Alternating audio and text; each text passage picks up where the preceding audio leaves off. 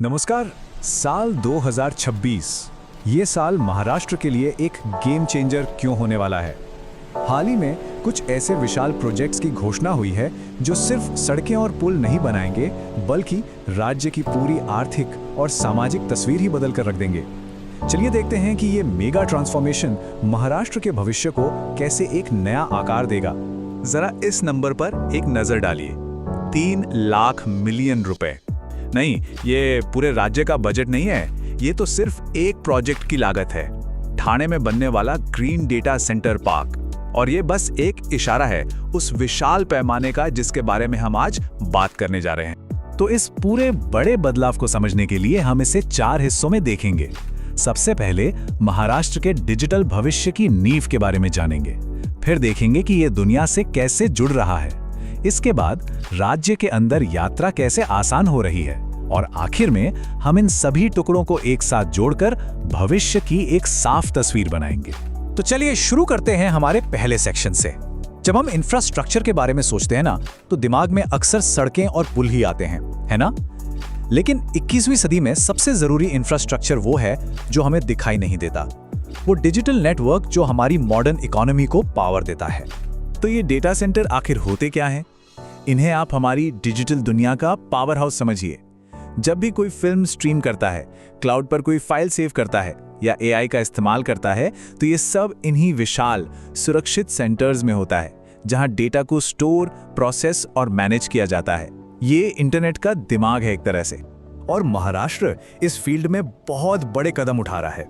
ठाणे में 3 लाख मिलियन रुपए की लागत से 2 गीगावाट का एक विशाल ग्रीन डेटा सेंटर पार्क बन रहा है। ग्रीन का मतलब है कि ये सस्टेनेबल एनर्जी पर चलेगा। और 2 गीगावाट, सोचिए, इतनी बिजली कि लाखों घर रोशन हो जाएं।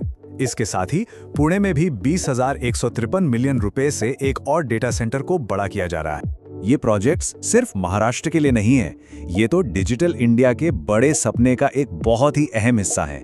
इन डेटा सेंटर्स के साथ महाराष्ट्र न केवल इस क्रांति में हिस्सा ले रहा है, बल्कि देश के डिजिटल भविष्य को लीड करने के लिए खुद को एक मेजर हब के तौर पे तैयार कर रहा है।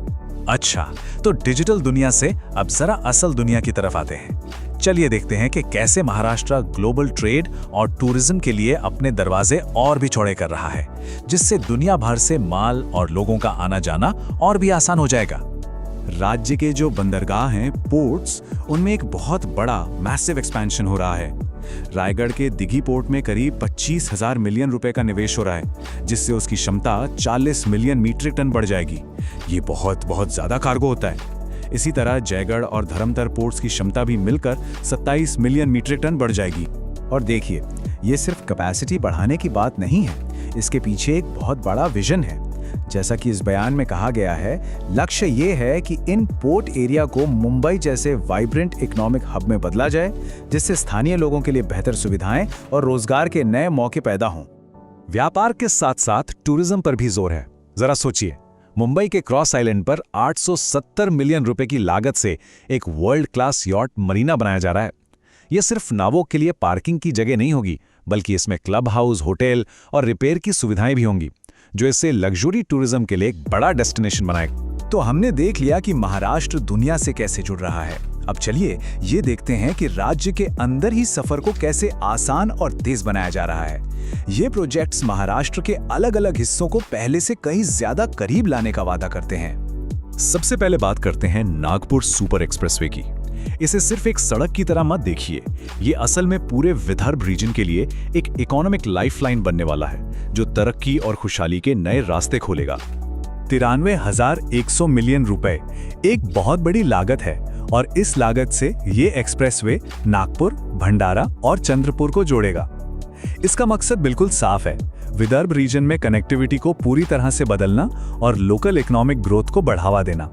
टूरिज्म को एक और बड़ा बूस्ट देने के लिए एक बहुत जरूरी रेलवे प्रोजेक्ट पर काम चल रहा है। जालना और जलगांव के बीच 174 किलोमीटर की एक नई रेलवे लाइन बिछाई जाएगी, जिससे दुनिया भर में मशहूर अजंता की गुफाओं तक पहुंचना बहुत ही आसान हो जाएगा।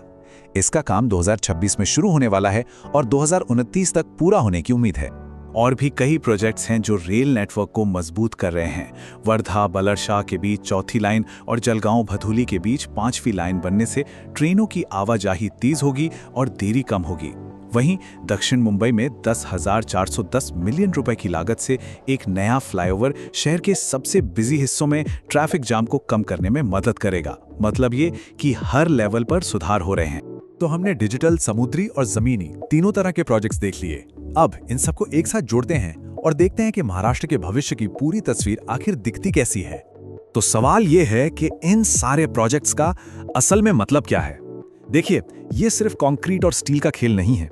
ये एक बहुत बड़ी सोची समझी स्ट्रैटेजी है जो आने वाले कई दशकों के लिए महाराष्ट्र के भविष्य को आकार देगी। ये एक पूरा ट्रांसफॉर्मेशन एजेंडा है। महाराष्ट्र एक डिजिटल पावर हाउस बन रहा है, एक ग्लोबल ट्रेड हब के रूप में अपनी जगह मजबूत कर रहा है, राज्य के अंदर बेहतरीन कनेक्टिविटी बना रहा है और साथ ही टूरिज्म और रीजनल डेवलपमेंट को भी बढ़ावा दे रहा है।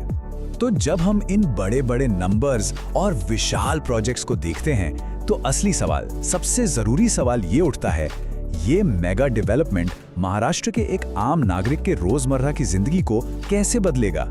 ये एक ऐसा सवाल है जिस पर हम सबको सोचना चाहिए।